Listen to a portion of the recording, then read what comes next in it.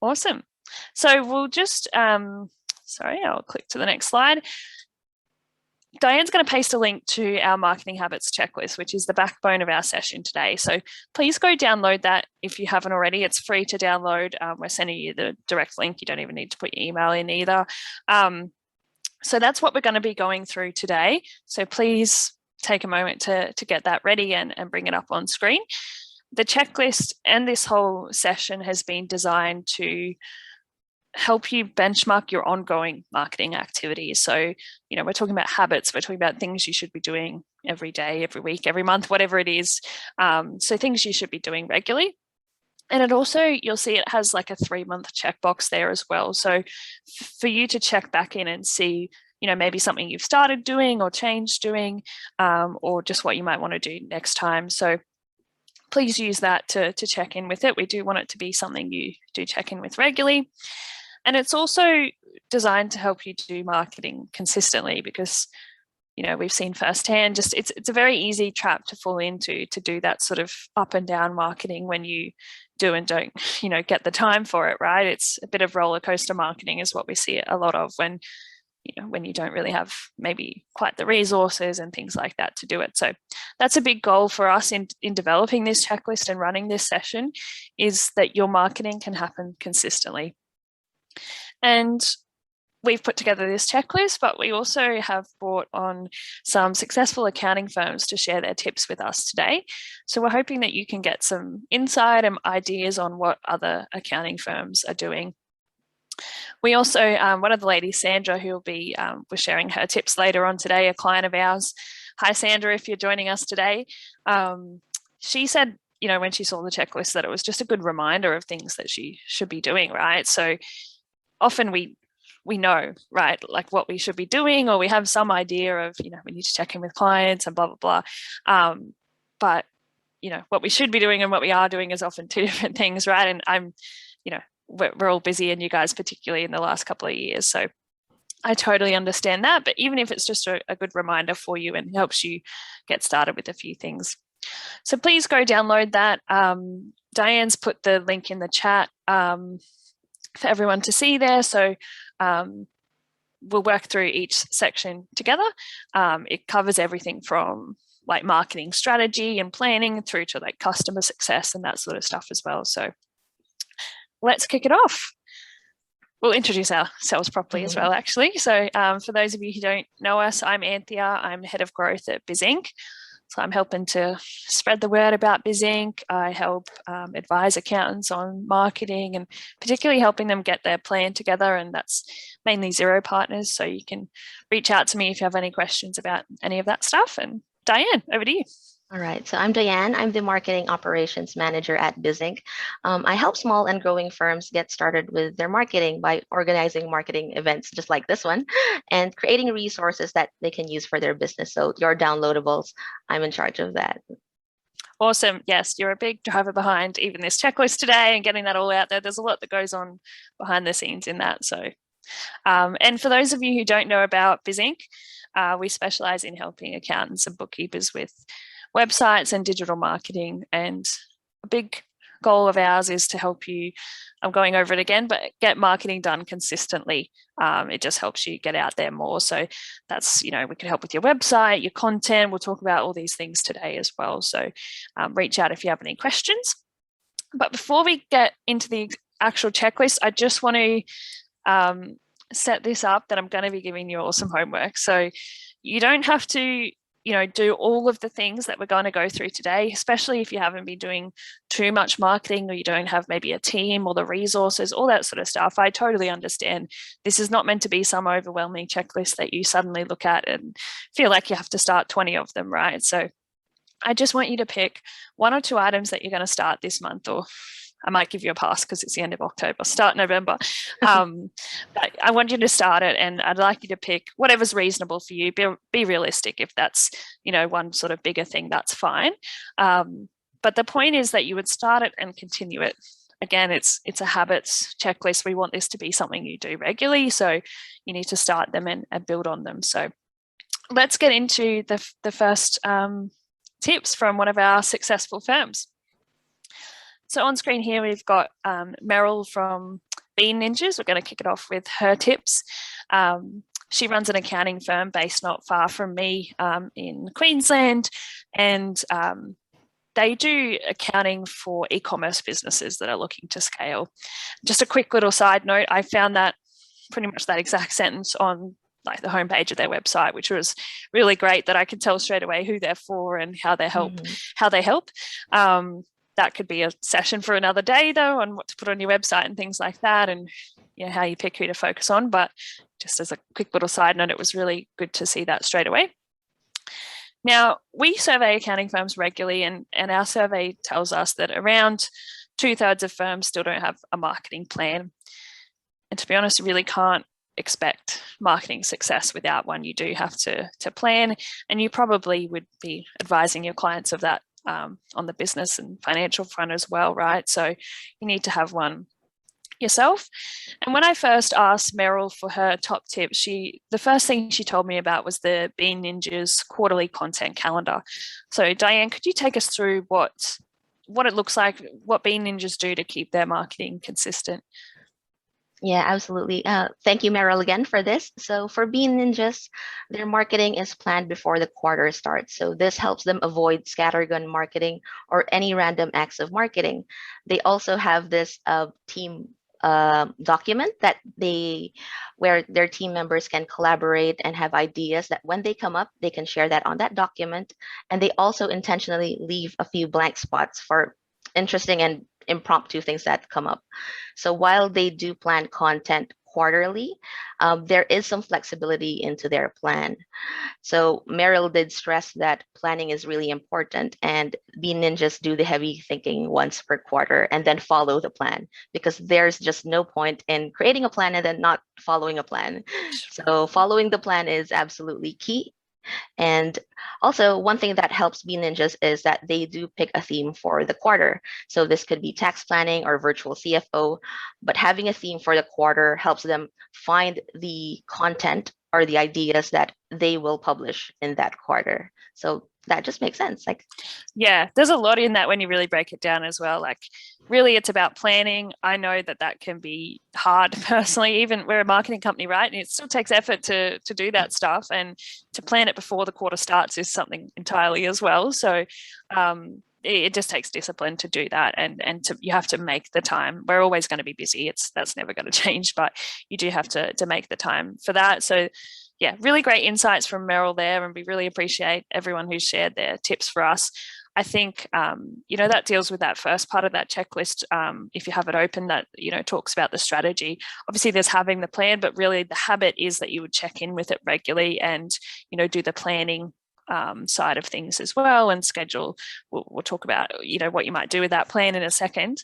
But yeah, thanks a lot to Meryl for those tips. It's really great. Hard work, but it will pay off. So next up, we've got, just get my slides. We've got Mark. So Mark Telford is a client of ours who's absolutely smashing it. And we asked him to explain a bit more about Telford's accountants and what they do for marketing. So he said that they also pick a theme, like Meryl's mentioned just previously. They pick a theme for a certain period of time. So usually they might be doing that for 2 to 3 months. But he said they do extend it if it's working well, and that makes sense, right? You can keep going with it. So some themes he suggested were, tax savings, which might be more of a general one, business planning, or he even mentioned R&D, research and development, tax credits, which is a local angle for them in the UK. So that could be a good angle for you. Try and think of something around you or what's going on like that. So we're going to talk a bit more about their approach, which he's broken down for us. So there's a lot in this. We'll try and step you through it as well. So this year, Mark explained that Telford's introduced a new tax saving service. He's broken down the exact approach they took to launch that, promote that, follow that up. So firstly, they wrote a blog about it, and then they posted that on their website. And Mark has a website with BizInc, so there's a few automations and things that can happen after the blog gets posted and things. So they've also then done LinkedIn and Facebook posts on that subject. And Mark actually runs webinars. So he's run a webinar or two, talking about the offering and there's a few elements that they do there in terms of obviously promoting the webinar and then delivering that as well. So there is a lot that goes into this. So that's why that planning comes into it again. And they then also follow that up with social media posts about the subject. So that follow-up bit is a part that I see people often miss, particularly, you know, Diane and I can probably even vouch for this today, right? There's a lot of work that goes into getting to this point, being live on a webinar and promoting it, and all that sort of stuff. You need to make sure that that after bit happens as well, the follow-up emails, social media posts. You've got to make sure there's a call to action there as well. So it's great that it doesn't just stop at webinar. It might sound simple when we look at it on a list like this, but it needs to continue after the event. So then they also do, he said, a full LinkedIn article, which is using the blog that they've already written. So we'll get into it in a second, but these guys are big fans of repurposing content. So there's no need to reinvent the wheel. You've already used that blog, put it as a LinkedIn article.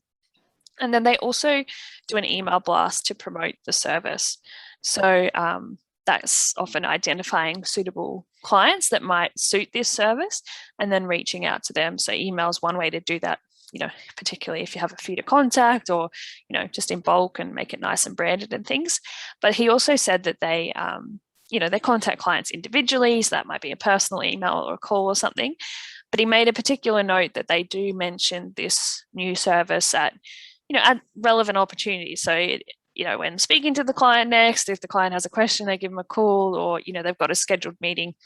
It's definitely a good time to, hey, did you know we also do blah, blah, blah. So these things might be things we sort of know we should do, but if you plan it out or, you know, have a rough plan or dot points or something like this to make sure you do this stuff in your next meeting, it can really make a big difference because, again, it's about discipline. So it probably seems like a lot of parts to that approach, but what Mark said is that this approach means the Telford's messaging is consistent. So, you know, that's obviously good to reusing the content, like I said, and making sure everyone's talking about the same thing in the same way. And most importantly, the approach is working. So I think that's what you guys would like to hear today as well, is, you know, what's actually working. Let's hear about that. So to quote Mark, he said that it's generating additional fees and winning new clients. They recently won a new client with a £23,000 annual fee. So, and he said their inquiry was a direct result of this marketing approach. So it's quite a big, nice win there. And yeah, good proof that this sort of discipline works. And he also mentioned that they reuse content a lot. So that initial blog is published on the website. It's then published on social media. It's posted on social media with links back to the website again. So back to that blog, it's just this cycle. They then use that as a dedicated article on LinkedIn, like I mentioned. And he's even said even more social media posts. They're repeated. He makes a good point that not everyone sees what you post the first time. We tend to think about that stuff more, but people be scrolling through, or it just won't show up in their feed, right? Like, you know, got an algorithm to work with here as well. So repeat posts, or at least just post multiple times as well. And lastly, Mark mentioned that he's got all their marketing scheduled at least up till Christmas, you know, the end of the year. And he said his posts from December last year are going to be the same as his posts his post this year will be the same as his post last year. So he doesn't have to spend too much time on it. So some great insights there. I thought we'd just sort of pause here and break down exactly what Mark and Meryl are doing well. So Diane, over to you. So yeah, for Meryl is doing a lot of things well from our checklist. She's creating a quarterly content calendar and strategy, making the commitment to follow that plan, but also allowing for flexibility for content ideas to come up. So a good strategy that you could do when selecting your content is picking evergreen content. This means these are topics that won't change over time, and plot them on your calendar. Like in a race, I would liken these as your marathoners, because they will serve you well for a long time. And just like what Mark does, is they can repurpose that content over and over. So while keeping content ideas flexible for your sprinters. So these is content that are more time-bound, seasonal, and trending. So save some space for those, but always plan out your evergreen content. So you can also have some free tools. Something I use for keyword research and something that Meryl and her team might be using is Answer the Public. So I will post the links after this. And also for scheduling your content, there is also a site called later.com. Now, over to you, Anthea. Yeah, also, I think that point you made about the marathoners and the different types of content is great because, Yeah, yeah, evergreen content is what can be sort of probably the bulk of it, right? And we help a lot of our clients with that type of content. You know, cash flow is always a pain point for small businesses and always will be maybe. So you can always be talking about it and they're going to expect you to give some advice on that sort of stuff. So we do a lot of content around those sorts of evergreen topics. But it's good that, you know, you've mentioned that, you know, and Meryl's doing those sort of timely pieces as well, or something that might pop up, you know, that's newsworthy. To have that flexibility is good as well. So some things Mark is doing from our checklist, obviously he has a marketing plan, and the keyword is plan. He's got his marketing sorted for the rest of the year, right? They're also making sure that clients know about all the ways they can help them. Sometimes if you have a new client come on board, you might do a great job of talking about, you know, explaining to them how you can help, but they're busy, right? They may forget all these other extras that you can do. It's just they're going to need reminding, or maybe it's just a timing thing. They might not have been ready. So make sure you keep in front of them, contact them about new services if it's going to help them. It doesn't have to be anything sort of salesy or marketing. It can just be, you know, hey, we thought you could really benefit from this and here's why. He's also getting out there and doing webinars, which I know not everyone's going to do. That's fair enough. But at some point, you probably do have to get out of your comfort zone a little bit and, yeah, get in front of people. He's also doing, there's a section on thought leadership in our checklist as well about the thought leadership articles, and he's publishing those through to social media. So there's a lot happening there, and he's also reusing the content, which is just a very, very smart thing to do. So to help you get started with this, particularly the planning and strategy, we have a few links which we'll add into the chat now. So the first is a zero marketing blueprint, which is really to help you with the plan.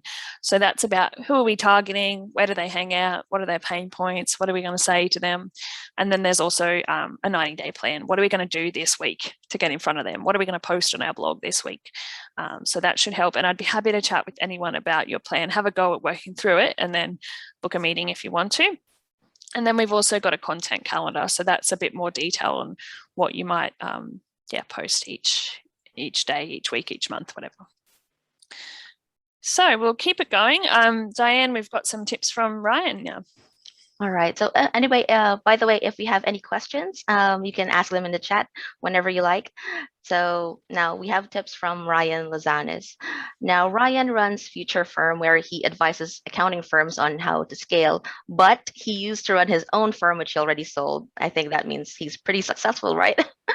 So Ryan says to commit to a realistic schedule. So one blog post a month at my firm and not 10. So that's what they do. And he also has a bi-weekly podcast instead of a weekly. That's because that's the time that he committed, because that's what's realistic for him and his firm. So if he can, he'll move it to a weekly if he can commit to it. I think this is important. When people do marketing, they think like, hey, I can do it. Like, I'm going to start planning. So I'm going to map out, I'm going to do this. The thing is, the ideal time for marketing is the time that you already have now. So like sometimes carving out your time might not be the best, but figure out the gaps in your time to fill in. So it's just committing to a realistic time frame. Yeah.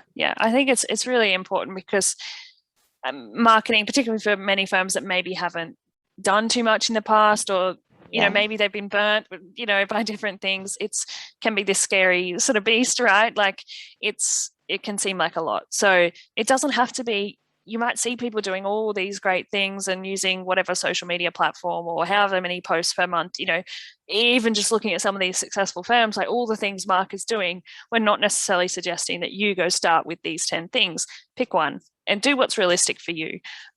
If that's one blog post a month, that's fine. If that's one social media post a week, that's fine to start with.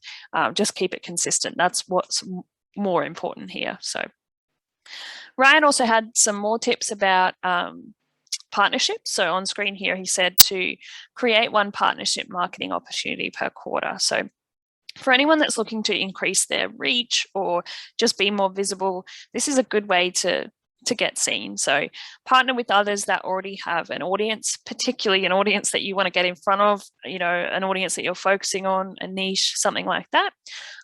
So Ryan said he looks to partner with at least one other third party per quarter. And sometimes that's on a webinar, a blog post, an ebook, something like that, which he then gets them to distribute to their audience. So it's a nice little, maybe a freebie, or maybe it's not free, it depends on what you're doing, but a nice offering to their clients. So it keeps them and their clients happy, but it's also great for you because you get in front of them. So it gives them, it gives you exposure. So I'm going to give you a few more tips on how you might do that shortly. But thanks again to Ryan for sharing his tips. He now runs Future Firm, as we mentioned. He runs an Accelerate program. If you'd like more of his tips, which I really highly recommend, we've pasted the link to his Accelerate program there. So let's keep going. Next up, we're going to look at the networking section of the checklist. So this has tips from Sandra, another client of ours. Sandra runs Sea Change Accounting, which is in Port Macquarie in Australia, and they've developed a specialty in helping restaurants and cafes, and she's got some great tips for us. So she says she's attended quite a few business networking and fundraising events in their community, and she's actually even gone a bit further and become part of several management and organizing committees as well. So this has boosted her connections, her business profile in that community, and as a result helped her build obviously a network, connections maybe from the friends off the back of that as well, and referral partners, professional connections as well. So this is really about getting out there. Like I mentioned with Mark, his version might be webinars. For you, it might be something different. I know a lot of accountants have done some form of networking, which is great, but often you do just have to pound the pavement, get out there, go and talk to people, particularly in the early stages of your business or early stages of your marketing anyway. I've just seen the content calendar requires access, so we'll have to deal with that after the webinar. Sorry about that. We'll get you access to that. Just also, Sandra, just back to her networking and stuff, she also has a strong network of, she said, local bookkeepers, other business advisors, finance specialists, grant specialists, and she says they've referred a good percentage of their new clients. And I know that's probably pretty typical for most accounting firms growing via referrals. So that's pretty common, but it's pretty clear that Sandra's getting out there regularly. So it's fantastic. And still on the event front, Sandra is also running educational client events. So that's a section on the checklist too. She said during the initial months of COVID, they took part in a weekly business webinar, which was hosted by a local, I think they said it was a business women's network thing. And that was designed to help inform and update clients on government schemes and things that were changing with COVID and all that sort of stuff. So I think that's a really great example of marketing that's really just about getting out there and helping people from, a marketing angle. What Sandra's doing there is, it's a webinar. Yeah, it's, a partnership really. But, so many people did this sort of thing last year to simply help and to communicate with their clients. And that's exactly what should drive your marketing as well, is I can help these people. How do I get out in front of them? Sometimes if you think of it from a marketing angle, it could, turn people off or whatever. So just think about how you can help. Sandra also has some tips around the client marketing section of the checklist. So she says that Sea Change get at least 1 or 2 case studies. Twice a year, they run this case study in their local magazine. So obviously they do have a local angle here. A bunch of you guys may as well. And the articles that get featured in that magazine link back to the website or reference the website, where they have a in the media section where they feature these things as well. So it's great to have all that on your website for people that may be just looking there, but also in the magazine, so people can go get more details. And obviously, having that sort of social proof out there is a good way to convince other people to work with you. Particularly, obviously your profession is reliant on trust, so we find these things are quite important, but particularly even more so if you do have a niche or a particular group that you work with, getting a case study from someone in that group is going to appeal even more. Particularly as I'm mentioning, Sandra has that cafe and restaurant specialty, so interviewing one of those is going to, be beneficial when she goes and talks to future ones as well. So to help you out with getting the case studies, we have a free email template. So it's an email template you can send to clients to ask for like a case study call. You could use it as a call script too, if you want to do that over the phone instead of sending the email, that's up to you. And definitely feel free to customize these. It's got bits for you to add your own section in. So hopefully that helps. Over to you, Sandra. Sorry, Diane. Oh my goodness. All right, Sandra. No Sorry worries. about that. So yeah, Sandra had wonderful tips for us. Sandra is doing really well on the networking side. So other tips from her is make sure you ask clients for referrals regularly. You could ask them in a call, in a meeting, over the phone, use a newsletter, or maybe email them personally. Because if these clients know you and they understand you and you are doing well in their industry, chances are they'd be more than happy to refer you to other clients. And what I like about Sandra is she's she's trying to work with the local angle. Many firms who offer their services internationally or across the country, sometimes they don't really want to position themselves as local experts or being an accountant in this suburb or in this county. The thing is, being visible local doesn't even hurt your chances of being exposed to the global world or to other countries, and taking advantage of that local visibility. You're gonna miss out. Yeah, it's a good point, because I think now there's been a few firms shifting to, a sort of a virtual firm online. We can work with anyone across, the country, probably typically some international. But yeah, you're right. They're still having things like the Google business listing, the local side of things. It can't hurt, right? It can't hurt. Yeah, that's a good tip. So we have a free template here as well to help you out with asking for those referrals. So we'll paste the link in the chat as well. So that's, again, just another script you could send to ask for that stuff, particularly add in details if you are looking for a certain type of client. Just, our CEO, Matt, tells us to, ask for what you want, make it clear. They, obviously they can say no, or they can, ignore the email or whatever, but at least, for the people that are happy to refer, you're going to get a client you want to work with if you make it clear that, hey, we work with restaurants or whatever it is. So. In terms of what Ryan's doing well, I would really just like to talk a bit more about the partnership side of things, because he's suggesting you work with others that can get you in front of your target audience. And that's obviously something we highly recommend, something we do at BizInc as well. We do a lot of partner webinars and things like that. It can be a bit of work, but I really think it's something that not many accountants are doing. So we suggest you could consider connecting with other companies who work with your target clients. So obviously there's like the referral partners angle to this, like Sandra was working with, finance specialists and things like that. But maybe if you were, if we think about a few tips for you to do this practically in your firm, if you were working with, say, construction industry, that was your niche, you might go and find a partner that also works with the construction industry. So that might be like a software provider that specializes, or it could be the local trade store. Like, there's quite a few, in that sort of gap probably as well. And just chat about, go have that first chat about their clients, how you could help them, what they might need help with. Obviously, your expertise is on the financial front, so you could do an article on financial tips, or it could be a webinar if that's what you want to do, or obviously think about what might suit the audience too. So back to Ryan's tips, he does ebooks, he does webinars, he does that sort of stuff. So once you do the thing, get them to promote that to the audience, and just remember to have a call to action to contact you or to book a free meeting or whatever that is. So yeah, do think about what you would getting out of them in front of them is important, but then what do you want them to do after that?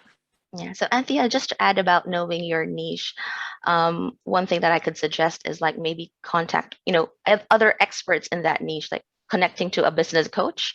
I think is one of the great, a great opportunity, connecting up to a business coach in that niche, and maybe even bundling up your services might be something that eventually comes up. So these partnerships really help you cement your way into that niche as well. Yeah, it's something we've done quite a bit of work on at BizInc. So we have got some experience. It can be hard work.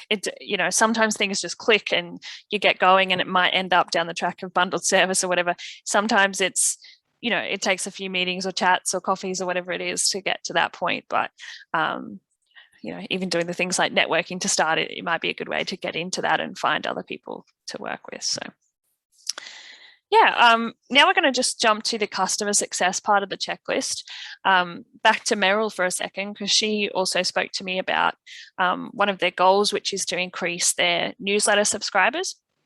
Let me know in the chat if you have a goal like this, or just a marketing goal. For them, it was, we want to increase the number of people on our list, which is good for many reasons. Obviously, you have people opted in and you can talk to them. So first thing they did was to look at their website and look at what's their call to action. And they realized most of the time it was, book a call and that sort of stuff. So they've tweaked it to be more, or in certain places anyway, like download our e-commerce guide. So as I mentioned, they have a niche in that area. So once the prospect or client downloads that guide, they then automatically get added to their email list. Obviously, as I said, you get their opt-in. And then they receive a weekly newsletter from Bean Ninjas, which contains more e-commerce tips. So I love this. It's a really great example of, knowing your niche first and foremost, putting a relevant offer in front of them on their website, making that clear, and then staying in touch. Like I said, this is about habits, and weekly is what's practical for them. They've probably been doing marketing for years. Maybe it's monthly for you, or whatever works. But keep in touch with them. And obviously send them relevant information. They're likely in e-commerce or related sort of industries because they've downloaded the guide. They're at least interested in it anyway. So send them relevant info on that. So for most firms with, just starting out with marketing, you might just start with a simple newsletter to your clients, like a monthly client newsletter. If you're stuck for content for that, just ask us. Happy to talk you through what we offer there. We've got quite a bit of content we write for accountants every month. So Diane's going to share now what Brad's doing, our next successful firm, with tips for us. All right, so Brad has an interesting, very new, a fresh approach to this. So Brad from Wise Advice, he uses video to help his firm stand out and recommends that you do the same because his tips include adding personalized videos to proposals. So this video could be explaining your pricing, making it clear to the client the process of working together, i.e. what's going to happen on your onboarding. And also Brad shows them where and how they need to sign. So going that extra mile, like just making it easier for their client or your prospect, it really goes a long way. As well as for the marketing, Brad recommends creating one video every 2 weeks. Again, goes back to Ryan and Meryl's tips on creating a realistic schedule. So some ideas for videos, you can make a list of all the questions that your clients keep asking about. So this includes like your FAQs. So if there's something that clients usually have, things that you have rebuttals for, this is something that you can create videos for and just post them on your website and even just share them on social media.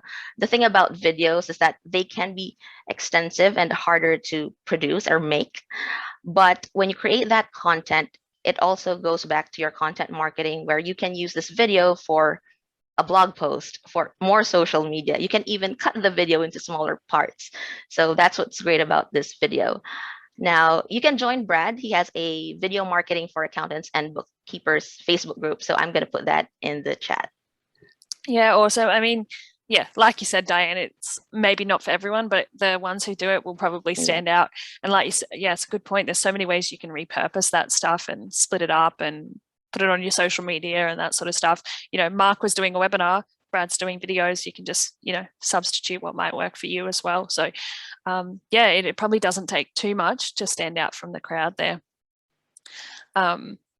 So just to recap some things that they're both doing well, obviously Meryl is keeping in touch with clients through newsletters or clients and prospects, and they can do this regularly. For them it's weekly because they've got it planned out in advance. So, for most people that might be where your homework for today might be the plan to get that bit started. But once you've got that, keeping in touch is important.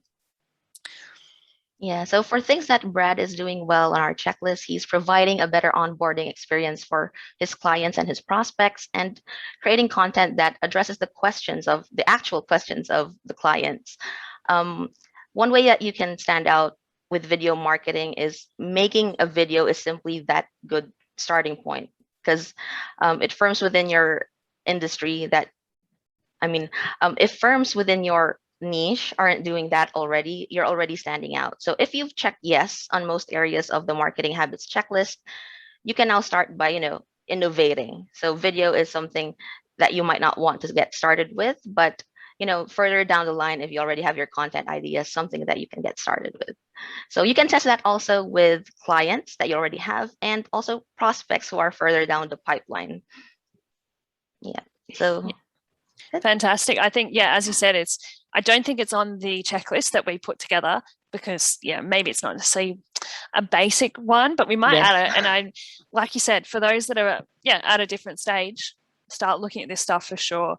There are some, cheaper ways to do this stuff. It typically is one of the things that requires more maybe budget or just a project to do that sort of stuff. That's if you want to sort of go, maybe a full videographer and things. But yeah, like we said, Brad has tips on that sort of stuff as well. But you can get, sort of animated things done as well, which look okay. There's plenty of options. Or it can just be like you and I just got our webcams on talking to the screen, right? Talking to you guys. So yes. It doesn't have to be the most polished thing. Clients will probably respect that as well. It's a real person talking. So let's keep it moving. I just wanted to check back in with you guys. Obviously, our goal today was that you would pick some tasks to start. So I want to know let me know in the chat what have you picked? What are yours going to be? Quickly let us know what that is, and if you want to chat about it a bit more, maybe you should start on the plan or case studies from your clients or whichever bit you've picked. Let me know if you would like to chat about that as well. I'd be happy to talk you through some more tips. Probably each one of these could be a webinar itself, right? So there's a lot in it today. Yeah. Oh, great. We've got Sid saying videos would work for me. That's fantastic. And the tip that Brad mentioned about, asking your clients, thinking of the questions your clients ask you and doing the videos on that is really great because it's going to be a time saver for you to have those videos produced. You can send links to that when the next client asks, for sure you're going to get some 5-10 questions that get asked all the time, right? So a few people doing more with video, which is fantastic. Video, yeah. Terence said he's joined a BNI, which is going to be a networking group, I believe. So that's fantastic. You never know who you're going to talk to there or who might connect you with someone else. So it's just about talking to people. John, referral emails. Yeah, that's great. It's something that's, again, maybe one of those things we know we should do, but having the template for it hopefully will help you guys do that. There's a few people. Yeah, thanks so much for that. If you do want to chat, I'll give you a link in a second. You can book a meeting. Cameron's going to work on marketing plans, scheduling time to work on that. Fantastic. I love to hear all this stuff. It's really, really good. I think what you've put there, Cameron, is important, scheduling the time to do it because, like I said, we're all busy. It's so easy to put marketing on the to-do list, but before you know it, it's down the bottom and it's getting pushed and pushed and pushed. And that's why we see a lot of roller coaster marketing. When we're quiet, we'll do a heap. And then when we get busy, it gets dropped. So having stuff scheduled, it doesn't have to be the world's best marketing campaign. Don't get, stopped in your tracks trying to be super creative. Just get something out there consistently is more what we'd recommend. So before we get into the Q&A, I did just want to say that, now you do have the checklist, you have some tips from successful firms. A few of you have got, a note on what you're going to do, but I realize that it's still hard to mainly find the time to do marketing. For most, I wouldn't necessarily recommend that you would be doing the marketing, either the day-to-day stuff, definitely the strategy sort of thing needs to be in your court, but not necessarily like maybe posting on social media or that sort of stuff. So, I realize that just because you have a checklist, just because you have some tips and a webinar, it doesn't mean that marketing is easy now. I understand that. So we're here to help if you need help really with that consistent marketing. Like I said, that's our our big goal at BizInc. So we specialize in websites and digital marketing for accountants and bookkeepers. And particularly we can help you out with the content. I realize that that's something we were talking about a bit today, is some of this does sort of rely on having the content. Like Meryl has a plan. She's talking about a plan for what content to get out there, really. So that might be a blog. It might be, a social media post. We can help out with that sort of stuff, your newsletter. So book a meeting if you'd like to chat about, if you're, about BizInc services and how we might help. And if you'd like to talk about anything on that checklist today, if you're an existing client, you can just, flick me an email. That's fine as well. Bring along that checklist to the discussion, and, we can maybe help you work out what to work on next. So thanks a lot, everyone. We've got some time for a Q&A now. Q&A. So, okay, we have time to answer a few questions before wrapping up. So if you have any questions, please send them through to the chat. We did get one before as well, actually. Just people were asking about what might be some good and bad marketing habits. It's a really interesting question, actually. So I would say, some bad marketing habits might be, one that's usually a big no-no is to buy a list. So to buy a list of potential clients, which, well, really just people that don't know you, right? So whether that's, I've even got offers for that in my inbox as well. So you've probably been on the receiving end of them. Sometimes they might just be business owners. Sometimes they might be local. Sometimes it might be a niche. So sometimes they might be appealing, but it's a big no-no. Obviously, it's not right, like with spam laws and things like that. But it's also just, it's not going to work well. And what's going to work better is that you have people opted in that they know who you are, they've given you their permission, they want to receive content from you. So the best way to do it is exactly what Meryl's done.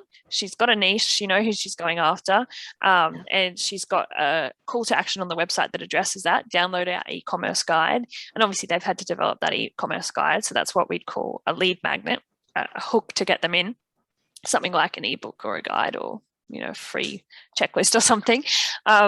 So having that on your website and then sending them a newsletter. So once they opt in for that, you've obviously got their permission. So that's always going to be better. That's a good marketing practice as opposed to a bad one. And we'd also say, just putting all your eggs in one basket can be, a bad idea. Typically where we see this is like SEO or something like that, or even things like, in a way, referrals. It's relying on other people, and probably grown many a successful accounting firm.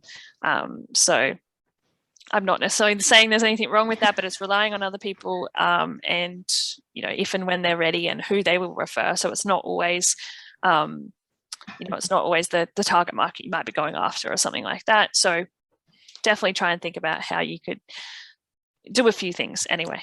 Don't just put all your eggs in one basket. So yes, we did have a comment from John. So every day I receive SEO emails from free email addresses. So yes, that's the very reason why you shouldn't do those, because people don't like them, and people will just send the spam report. Yeah, I also, something that sort of sometimes helps guide people is, what would you like to receive yourself? Would you like to receive this email? Obviously, John, and I think everyone on this call can relate to that. There is a time and place for outbound marketing, which is reaching out to people that don't know you. And you usually what's, legal with spam laws can vary around countries and things like that.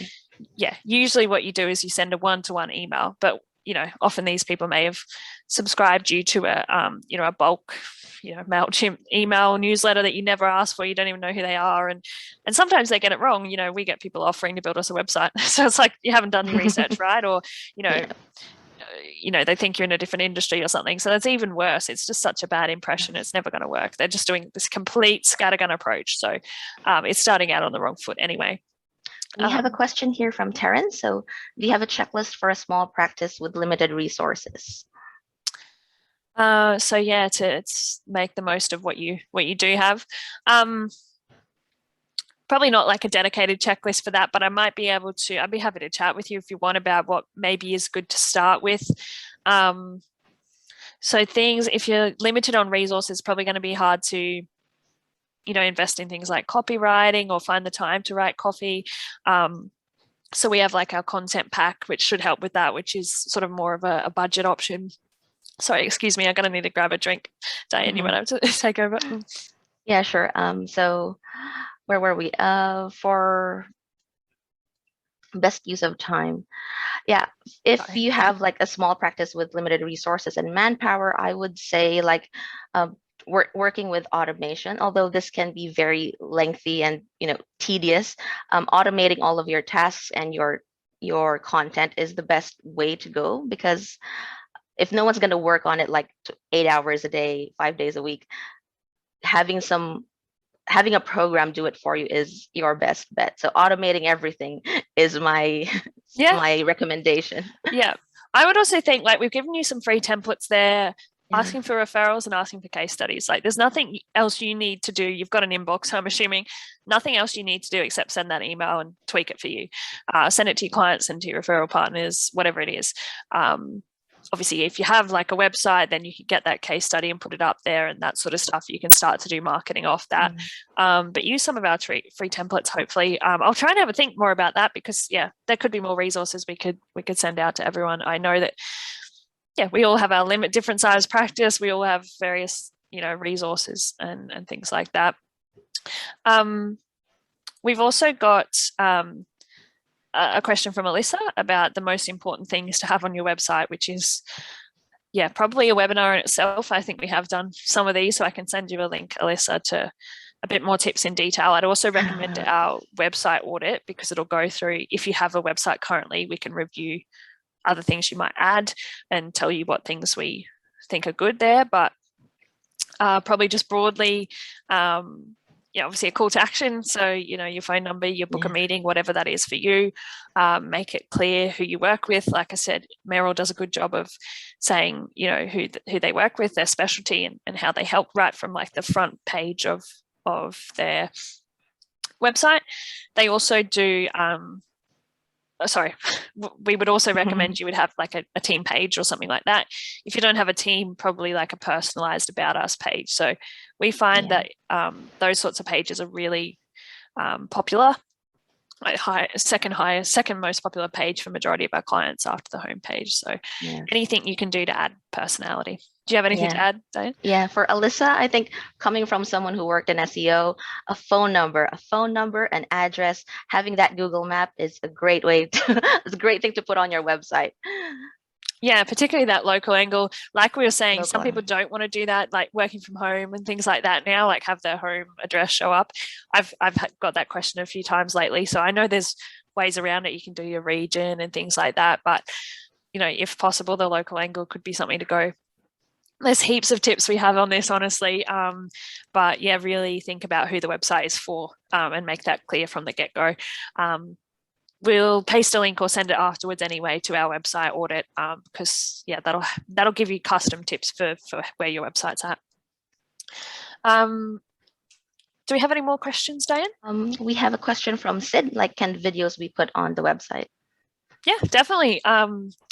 We use like a WordPress-based platform for our website, so it has a good, I don't know what the word is, integration or something with YouTube. You can just paste the YouTube link and it'll automatically pick it up and size it and stuff. But YouTube, if you go to a YouTube video and down the bottom, there'll be like a share button and then embed, and that'll give you the exact code to use on your website.